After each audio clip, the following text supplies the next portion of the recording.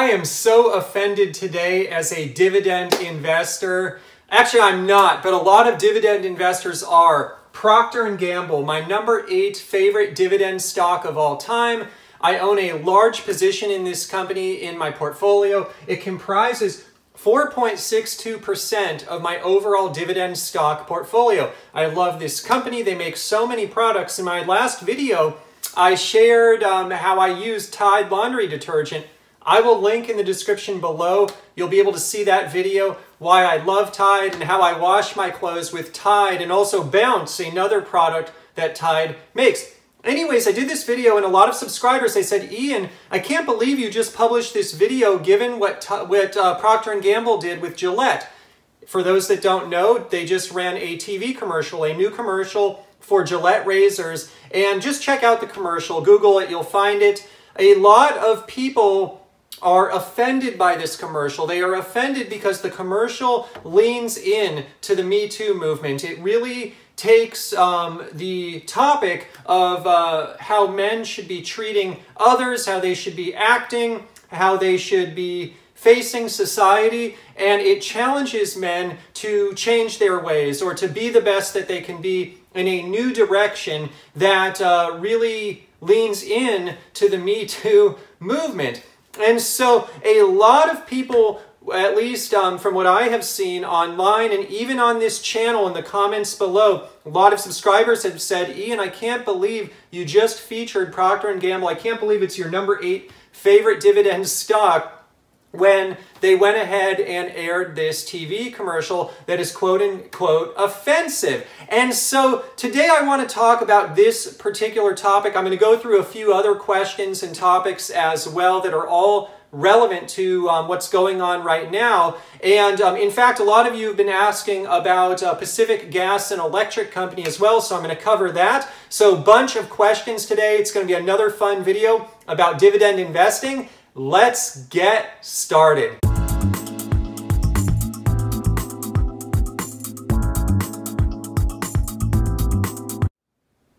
So Procter & Gamble, it is crazy. People get offended so easily these days. It seems like everyone is getting offended for different reasons. And honestly, I'm kind of offended that people are offended by this. It's like everyone's offended. And so honestly, why do people take all these things so seriously? That's kind of my first point. But what it really goes back to is from an investor standpoint. When someone invests for dividends, for cash flow, wants to own companies for the purpose of receiving dividends, or really investing for any reason, it is really important to take emotion out of the picture. And this is why I did my last video. Again, I'll link in the description below. One of my big topics in that video was company culture. One of my subscribers was asking, Ian, do you use company culture to evaluate stocks? Absolutely, I do not use company culture. In fact, as an investor, oftentimes a culture, a tough culture, could even be advantageous to an investor because I want to sit at home collecting my dividends while others at the company work really hard. They work their hardest to produce results for me, the shareholder. So oftentimes a culture that may not be considered all warm and fuzzy and friendly, it actually may be what's best for the enterprise, for the business. That said, go to the other video, a lot of that discussed there. But anyways, in that video, I discussed how culture, it's kind of one of these intangible things. It's not numerical driven. Of course, look, I have been a people manager for the greater part of my career. At one point, I managed a team that was around 12 people, and I always took pride in being a great people manager and fostering a great culture, a great community. That's what I'm about, so don't get me wrong, I love good culture. But anyways, what I do is I try to take these subjective things and yeah, they factor into my investments, but it always has to come down to the numbers. And I think something like this, like getting offended by a TV commercial, a lot of people are saying, don't invest in Procter & Gamble. This is the end of Procter & Gamble. They aired this TV commercial. Oh my goodness, it offended me. I can't invest in this company. And so I have a bunch of points that really go into this, why I think this should not be a factor in one's investment decision. And I think one has to be very careful, very, very, very careful not to overemphasize these subjective factors when investing for dividends or really investing for any reason out there. And so Anyways, just some background. This was a huge priority for me in 2018. I accumulated more Procter & Gamble. I did that because the starting yield was closer to 4%.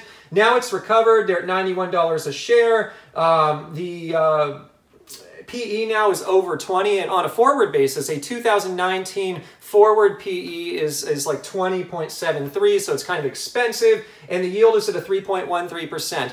I like buying Procter & Gamble when the yield is closer to 4%, so at 3.13 I'm not really buying here. And if it dips again, I'll add some more because I want this to be closer to 5% of my portfolio, and it's at 4.62 now.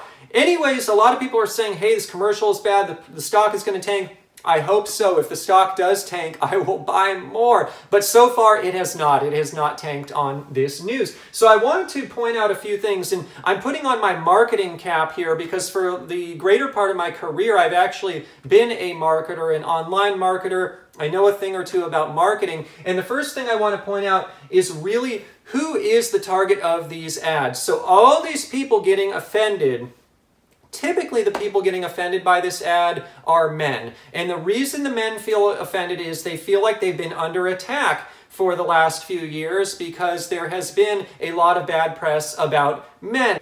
So the fact of the matter, though, is when Gillette ran this ad, were they targeting you, the people getting offended, or were they targeting someone else? Think about it. Gillette's target demographic, probably men who are of older age, probably men who are married or who live with a girlfriend, they're in a relationship, and are these men typically going to the store and buying their own razors? Or are they like me, where my wife goes to Costco and purchases my Gillette razors for me? Here's my Gillette Fusion. I've got a bunch of extra razors because we buy them in bulk at Costco.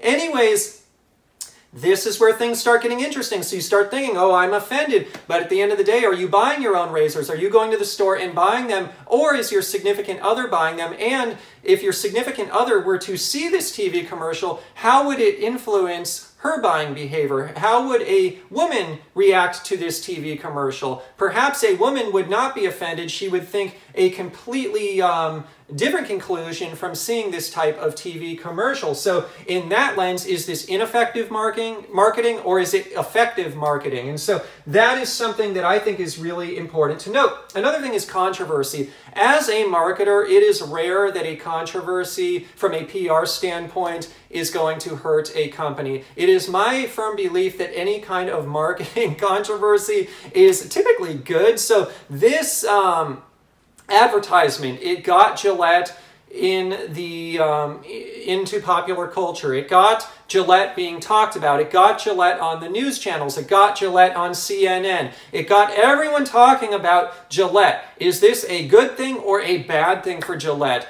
Generally speaking, it is a good thing for Gillette, in my humble opinion. So another thing is just who is the target consumer. We talked about the target of the ads. I would not be surprised if the target of these ads from Gillette's marketing team was more of a female consumer who is out and shopping on behalf of her husband and her family. But the target consumer, it's a man, but I believe, and again, I am not an expert on their internal marketing statistics. I don't work at Procter & Gamble, but if I were to guess, the types of consumers that use Gillette are probably more old school consumers. It is the older people in their 30s, 40s, and older. It is maybe not as much young men in their teens and 20s, although it probably runs the entire spectrum. Now again, the reason I'm emphasizing this is if Gillette's sweet spot is with people in their 30s, 40s, and older, again, these are typically speaking the types of men who may be in committed relationships. They may have a wife, a significant other, again, who is doing the shopping. And again, when their significant other sees these types of commercials, perhaps it is brilliant marketing. And so, very important. Now, we talk about these younger consumers. Where are these younger consumers going? We know younger consumers typically are going to be a little more cost conscious. Maybe they are not as brand loyal. And so there is a newer company called Dollar Shave Club. There's another one called Harry's Dollar Shave Club. That was a discount online direct-to-consumer type of a razor shaving company where consumers could order the razors directly from the company. This company is popular with younger people who do not want to pay as much for a traditional brand like Gillette. Unilever bought them, and so I own Unilever too, and so Unilever picked up a lot of those consumers through Dollar Shave Club. I would not be surprised if over the long term, Harry's gets picked up by someone like a Procter Gamble. And so you just have to think, when something controversial happens like this, and oh, the marketing team made a mistake, let's fire them all. That is not always the case. It is so subjective, and there is so much more going on behind the scenes here than any of us realize. And so marketing teams these days, they are armed with a lot of data. They are armed with a lot of real-time analytics. I am pretty certain that the marketing team here made a very calculated decision not to go and step on a rake, as one subscriber had put it. Maybe you're right, maybe I'm not, but my take on this whole situation is they use data to do something very intentional, knowing that their core audience is probably a little bit older, knowing that there's a female consumer out there buying the razors on their behalf. Hey, I could be completely wrong, but this is why I do not use information like this typically to make investment decisions. I look at the numbers because this company culture, we talked about it at length in the last video. It is just so subjective. And so anyways, I don't have an opinion, quite frankly, on the commercial one way or another. I'll tell you, I watched it. I was not offended. I did not see a reason to take offense. But I just try myself not to take offense to things these days, because I think we live in a culture where everyone gets offended for every reason, and then people get offended at other people for being offended, and so on and so forth. And I just think it is ridiculous. I think that people need to take a step back and just be a little bit more analytical, numbers-driven, and not be so worried about all these reasons to be offended, because it just creates stress. But anyways, that's kind of not related to investing as much. This is a side point, how I live my life. But from an investing standpoint, I see no reason to be alarmed about Procter & Gamble here. I'm not buying more because I think it's overvalued at this point, but I'm sure happy that it comprises 4.62% of my portfolio, and I'll tell you, I'm reinvesting all my dividends back to purchase more Procter & Gamble stock. And you know that Thug Life Ian wants a great shave. I want the best a man can get, so I've got my Gillette Fusion right here. I got a stockpile. I've got extras. Thank you to Costco buying these in bulk, and I want the best a man can get, and I totally support Procter & Gamble and my investment in Procter & Gamble by using their quality Gillette products. All right, everyone, so topic number 2. Just like my last video, I'm going to go through a few different topics today. I want to cover a lot of ground because I have a lot of subscriber questions coming in. And so that was topic 1. Topic 2 is Pacific Gas and Electric Company. So PCG. This is a utility. It is based in California, Northern California, and the stock has done very poorly. And first and foremost, I want to say my heart goes out to anyone who is affected in the wildfires. This is a cause that just really is just horrific, what had happened with those wildfires. And thankfully, in a very small way, my family and I were able to contribute to donate back to help with the recovery of the people and families affected by the fires. But that is just awful. And my heart also goes out to people just involved with PCG. A lot of people involved with Pacific Gas and Electric Company. The company has been under a lot of pressure. The shareholders have lost a lot of money. I imagine people that work there are feeling not so happy right now, just because they're constantly facing pressure from all directions. And so it's definitely a lose-lose situation. The stock has gone down from $70 down to $6.59.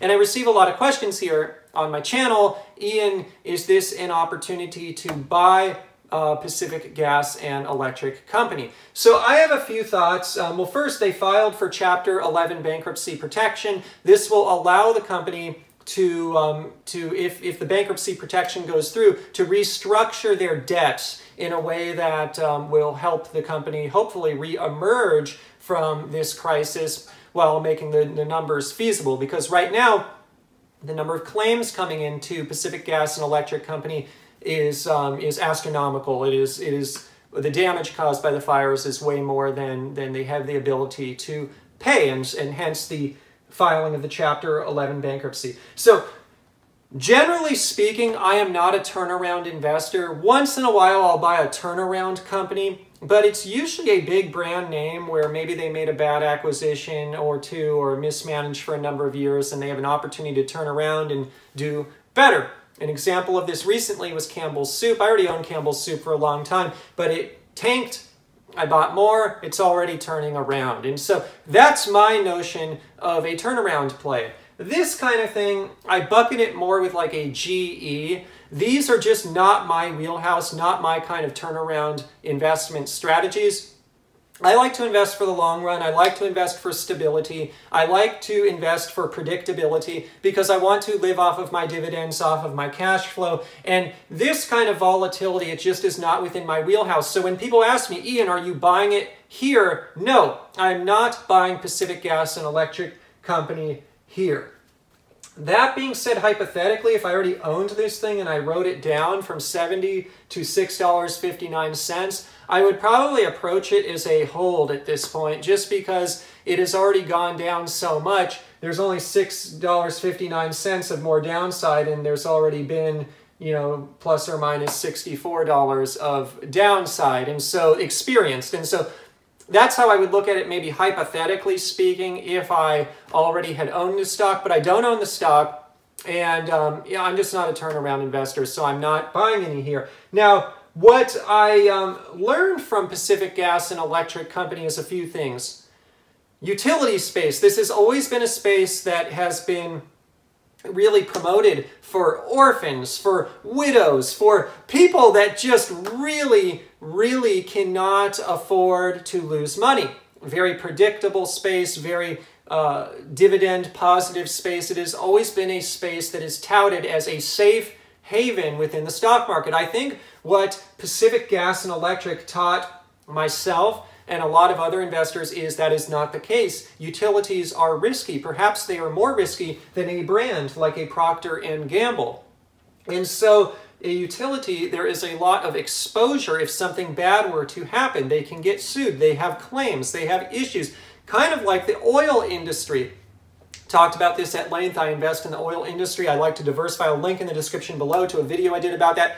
I diversify in the oil industry because there is inherent risk in the oil industry, because if a company has an oil spill, it could wipe out that one company. If that's the only company I own in the oil industry, that's not good. And so the one thing that I learned from Pacific Gas and Electric is I ought to diversify in the utility industry. Thankfully, I already have three. I have Hawaiian Electric, Southern, and Duke. Maybe I need more, maybe I don't. I'm okay with the three for now, but I'm sure glad I have three and not one. And so that is my main takeaway. And the other takeaway is just look, utilities, perhaps in our modern world as well, because our modern world, it seems like there's just more exposure. Companies have more exposure. Companies oftentimes have more liability. Because of the world we live in, I think for myself, it makes a lot of sense to diversify in utilities, just like I diversify in the oil sector. And people often ask me, Ian, why do you own 39 stocks? This is why I own 39 stocks, and I will own probably by the time 2019 is over 40 stocks. I'm going to be buying another one this year, probably an insurance company. But this is why I diversify. I do it because stuff happens despite no one could have predicted that this was going to happen. I mean, this is just a horrible catastrophe, horrible catastrophe. And unfortunately, life is not always easy. Life is not always perfectly predictable. There are things that happen at companies that we could never envision. And because of that reason, I like to diversify in my portfolio. I still like owning individual stocks. I'll link in the description below. Again, the last video I did talks about why I don't own ETFs. And that being said, I like to own a lot of individual stocks because it mitigates risk. And so that's my quick take on these guys. And I know a lot of people out there might be thinking differently. Hey, I know a lot of people might be thinking differently in Procter Gamble. Good for you. This is just my personal opinion. I love the different opinions here, by the way, because this is a debate. This is a community. We're trying to elevate each other to be better investors, and in doing so, we want all opinions on the table. So I'm just sharing my opinion, but look, I could be wrong. I could be doing things a lot differently than someone else might, and that's okay. We all have our unique strategies. So moving on, I have one last question today. This is a quick one. I wanted to round up the video with 3 questions, and this was a quick one. But someone asked me, Ian, I have a broker that charges me $5 per transaction. Ian, if hypothetically that were you, how much would you invest per time, per trade to minimize commissions? I have a general rule that I don't like to pay much more above 2% on a single trade to commissions. And the reason for that is I want to recoup my commissions in the first year of dividends and then have smooth sailing from then on out. So for me, the way I look at the minimum I would invest is I literally take my $5, I divide by 2%. If I take $5, I divide by 2%, it gives me the dollar amount I can invest, whereas paying $5 would be a 2% commission, and that amount is $250. So hypothetically, if my commission level were $5, the minimum I would invest in a single trade would be $250. That being said, I'll link in the description below. I did a portfolio-wide analysis of my commissions, and the commission I've paid on average for my buy orders over my entire history has been about 0.46%.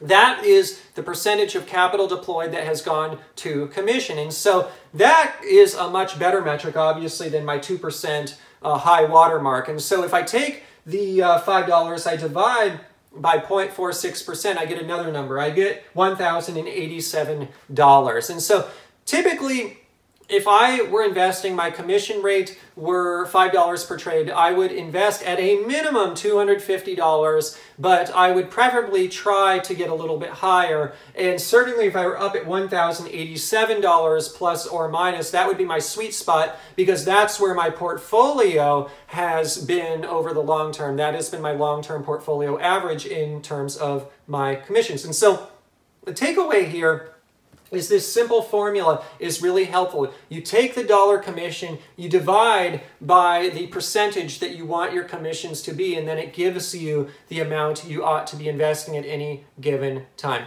Hey, thank you everyone for the amazing questions. What a fun time to be a dividend investor. Hey, if you enjoyed this video, you want to subscribe, comment, like, all of that truly, truly means the world to me. I cannot thank you guys enough for the support. I love you guys. I love this community. Before I leave today, in terms of a full disclosure, I own the stocks mentioned today. I am long. I own Procter Gamble, ticker symbol PG. I own Unilever, ticker symbol UL. I own Campbell's Soup, ticker symbol CPG. Those stocks I own, and also 3M, ticker symbol MMM. I am long on those stocks. In terms of a friendly disclaimer, today's video is not investment advice. I'm not a licensed financial advisor. Today's video is just for your fun and entertainment. If you're going to go out and invest in the stock market, please consult a licensed financial advisor first. Literally just sharing my personal journey here on YouTube for fun and entertainment. Hey everyone, I will see you in the next dividend investing video.